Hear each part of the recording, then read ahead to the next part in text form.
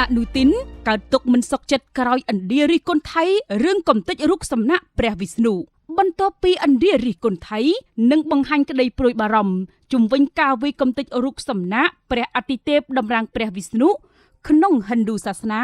ស្រាប់តែលោកនាយករដ្ឋមន្ត្រីចាំផ្ទះថៃអនុទីនឆានវីរៈគុលក្រហល់ក្រហាយនៅមិនស្ងៀមខឹងសម្បាលំប៉ាថារូបសំណាកនោះគឺមិនអាចប្រៀបធៀបទៅនឹងអាយុជីវិតរបស់ទាហានថៃបានទេ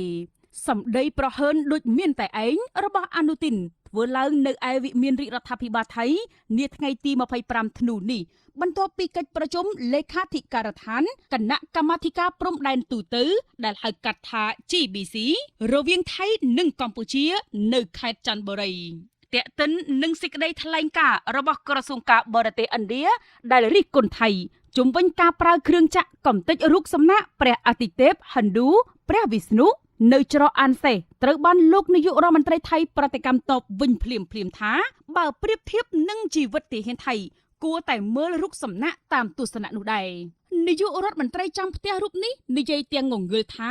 ការដែលប្រៀបធៀបរូបសំណាកខូចទៅនឹងជើងទាំងអស់របស់ទាហានដែលបានបាត់បង់ហើយប្រៀបធៀបទៅនឹងការប្រមាថនោះខ្ញុំមិនធ្វើការប្រៀបធៀបបែបនេះទេសូមជម្រាបថាការអះអាងដ៏កក្លឿនរបស់លោកអនុទីនកើតឡើងក្រោយក្រសួងការបរទេសឥណ្ឌាបង្ហាញនៅកង្វល់យ៉ាងខ្លាំងចំពោះសកម្មភាពនៃការប្រើប្រាស់គ្រឿងចក្រកំទេចរូបសំណាកព្រះវិស្ណុនៅក្នុងទឹកដីកម្ពុជានាច្រកអានសេស